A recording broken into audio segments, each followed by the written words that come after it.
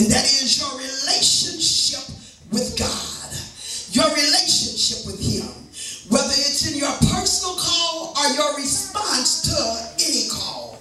God is requiring of you to answer the call. The Lord is nigh unto all them that call upon him, and to all that call upon him in truth. In other words, he's close to you. If you just call upon him, some people won't open their mouth up and give God a call. The only time they call him is when it's an emergency. But God is tired of being called on the emergency run. He wants somebody that loves him enough that'll come running and calling upon him just in praise like we did this morning, just in worship, just in admiration of who he is and how great he is. Let's go to the text. Amen. I had to get all that out so you'd understand the call and for God to cover you. Amen. We read this morning, I couldn't think of nobody else outside of Joseph who had challenges and who had consequences that he had to face, and still yet he answered the call. See, what we fail to realize is that sometimes some things we bring on ourselves. Joseph was deceitful. Amen. Joseph was deceitful, and he was going to have to answer the call one day of his deceitfulness. But in the meantime, he was faced in a sibling group, 12 brothers and a sister. And in this text, we find Joseph and his father. They call him Israel. And it says Israel loved Joseph more than the others. And you know, your perception of things is so important. How we perceive things is how we sort of dissect things. But can I challenge you this morning to let's look at this text a little different? Can we do that this morning? Joseph's father had made him a cloak, a coat which is called tunic. It was a tunic. Back during those days, the men wore the tunics, but the sleeves only came to the elbows, and the tunic only came to around the knees. But here God, in Israel, Joseph's father, had made him a tunic, and it was a coat of many colors. Somebody say, cover me. Cover me. It was a coat of many colors.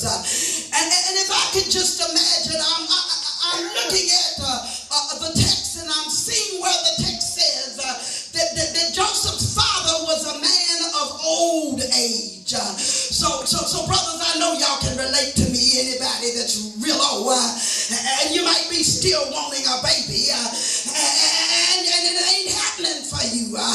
But Joseph, in his old age, God done enabled him to make a baby.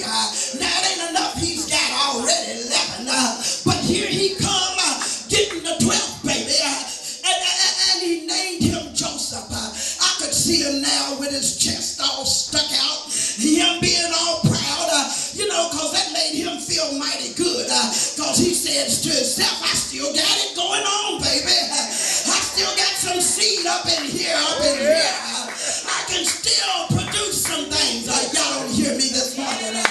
But so the father was celebrating. Why can't we look at the text and allow the father to celebrate?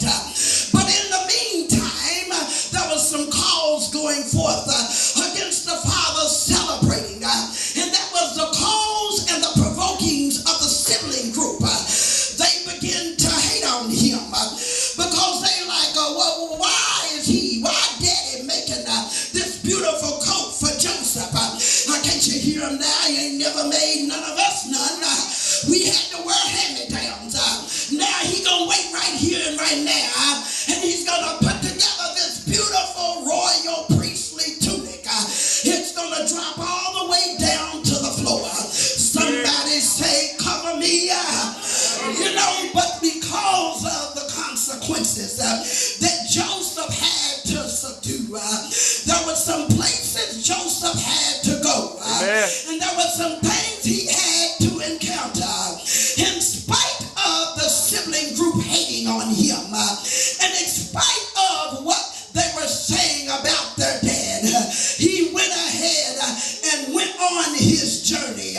He went on a journey. He went on a journey. Joseph was a dreamer, and he had this dream. Amen. Many of you know the story. And in the dream, as he began to interpret it, what it boiled down to, that his family was going to bow down and going to have to worship him. And they didn't understand it, so that made them hate him the more. Now the father had a little inkling of what was going on, so he didn't kick against what Joseph was talking about. But in the meantime, somebody say the meantime, Meantime. Joseph experienced a lot of things. He